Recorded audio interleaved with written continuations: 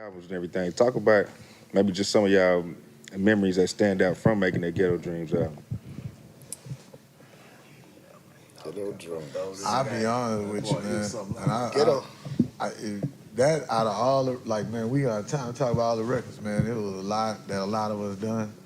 But that particular record right Pat, there. Pat. Yeah, Pat Pat made had, that record.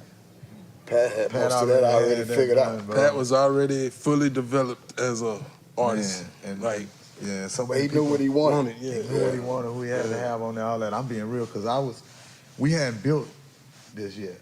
This, it wasn't built yet. So really and truly, you know what I'm saying, in the beginning, it was me coming back and forth, paying for shit, working with Pat, trying to feel it out, trying to learn what's going on, what's not. There's so much shit was going on that I didn't even know, man, because I was just moving on blind faith. You know what I'm saying? Shit, and Pat already knew what producers he wanted. He knew who he wanted singing on songs, and he was features, and he was such a perfectionist about shit to a level that is crazy. Because I remember when Tops dropped before Dana, the female vocalist on there, so many killed auditions. it. Everybody still, Man, that's my favorite part, right? When Yeah. the song be jamming, but every time she get the I just want, I'm like, oh man, god damn, man. She killed it more than Yarborough and people. And long story short, I was gonna say, we went through about at least 10 chicks before Pat was satisfied. I had been like, No shit. So he was in there just now. Oh, yeah. I've been like, that's it. That's it. Look, the story about Pat. I can remember Pat. I can't remember what that studio was we used to go to, but I remember not Fresh. It wasn't Fresh. It was another one. It was a bigger studio. But anyway, I know Pat. He was talking about Destiny's Child, getting Destiny's Child on his album way before anybody knew anything about Destiny's Child. I'll never forget that. I'll never forget that, because we didn't know at the time, But he but telling he y'all, knew. yeah. He knew. He knew. And this before Destiny Child. Yeah, was before big, they. Yeah. Like the studio, I know. I forgot the name of that studio. Yeah, they was on the old first. Yeah. But he knew they was going. I got to get them. Yeah, that studio we was at had a picture of them when they were really young exactly on the wall. Yeah, that's the one. And I was like, well, these girls, Yeah, well, I was that's looking the one one. of them fine. That's Yeah, that's the one. You know exactly what digital. That's what it is. Digital. That's Digital exactly sound. what it was. Digital sound. Yep.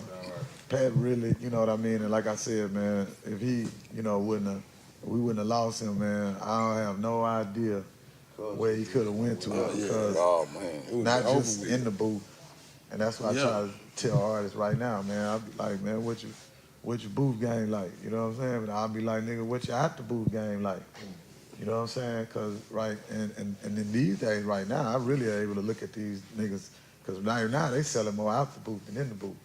You know what I'm saying? So all that matter now, you know what I mean? But it mattered then. Pat, nigga, they had Instagram, social media. Nigga, Pat was a motherfucking viral sensation. That was a 24-hour show. Nigga, every day, all day. And you get a piece of it when you fuck with Kiki. Yeah. Just like he is. You know what I'm saying? So, Big Sugar Daddy. but at any rate, that project there, but going down the line, man, we started learning each other's strengths and weaknesses. After that, we did Throw in the Game. That was really a compilation.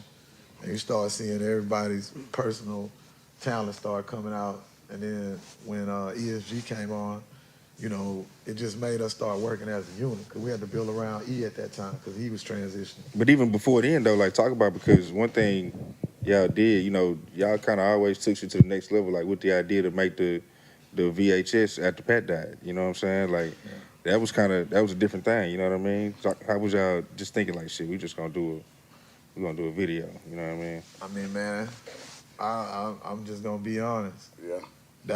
I remember Pat did a show in Chocolate Town. I was trying to get him out there. Well, it was that show. It wasn't even that show.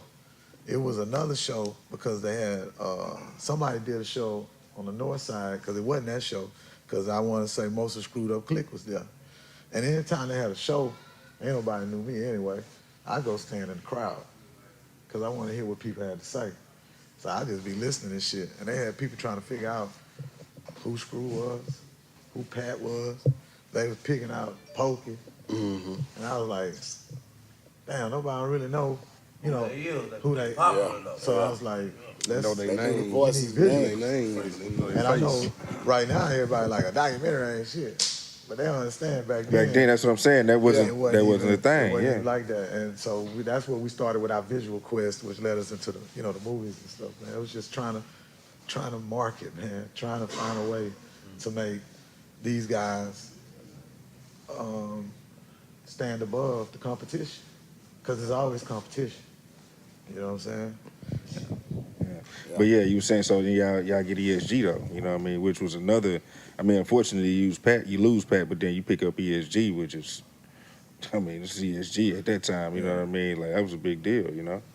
Yeah, I don't know. We picked ESG up. ESG picked us up. Yeah, ESG came to me down because he's so smart, man. People understand. He another Cole. He business minded. You know what I'm saying? It's that Gemini shit. But yeah, he saw the bigger picture too. He was like, "Yo, man, you know, you got a great foundation, nigga, and I got talent, and we brought it together." He came in and fell right in, with us. You know what I mean? Family shit. Yeah. Like right now, we all sit over here and say some shit we don't like about each other, but at the end of the day, bro, we go through so much together. Yeah. So and now we grown men, man, and you got to look at it from a different perspective. Talk about something that stands out maybe from some of those ESG albums, man. Some of them sessions. Beach party. Spider-Man. Oh yeah, the Beach Party. Definitely. The Beach Party. The Kappa. Kappa. That was what album was that? Shining? That was City Under Siege. City Under Siege release party. Yeah. Wait, so y'all did the release party at the Kappa? Oh man, we had some epic. We've had epic release parties. Yeah, we had a. But really, it went fucked up. That's what caused all the bullshit. Yeah. That was the first year they let one nigga buy out the beach. Oh yeah. They had So the stage we on the already beach. had planned. We had paid for a restaurant. Man, we had a helicopter on land. We had an airplane flying over the beach. We had Winnebago. Wreckshop Records. We was gonna make ESG shine above everything on that motherfucker. And then we had a party, the concert for the release. The nigga that bought the beach blocked the part. They cut Galveston in half, and where we was gonna be at wasn't gonna be Accessible. Oh man. So then I'm going to City Hall meetings, everything. I'm going down there. And they like, this nigga got the whole beach and he don't want it going on. So he was trying to make it right. He like, y'all come to my, y'all VIP at our thing. He wanted us to perform at his concert, which was 97.9. They had the big stage, had a big old, that 3-story beach house thing. That's where the VIP was. We up there kicking it, man. And then we had altercation. We mad. Going Sunday, We mad. We had an altercation. Then we had about 3 fights that day, nigga. Somebody went over the balcony Over the balcony. to the sand about 3 stories down. Yeah. That boy was lucky. That sand was soft. Oh no. The whole concert. The stage was right there. Ali was on stage. Comedian. Yeah. And the fight broke out, and they finna throw the nigga over. Ali said, "Don't throw him over. Nobody don't throw him over." Look. So all people turned around.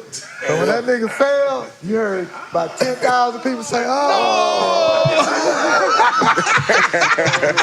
Look, I can remember seeing it was one dude, it was about 5 people on each leg. And I can remember seeing the lady officer, I never forget. I'm looking over the balcony and she running up as he coming over, no! That lady forgot she was a cop. No bullshit. She Yeah, say, she did. "They threw him over. Yeah, she They threw him did. over." She did. So anyway, fuck out long there. story short, that, we just had a lot of which a lot of this shit come out in the documentary, man. But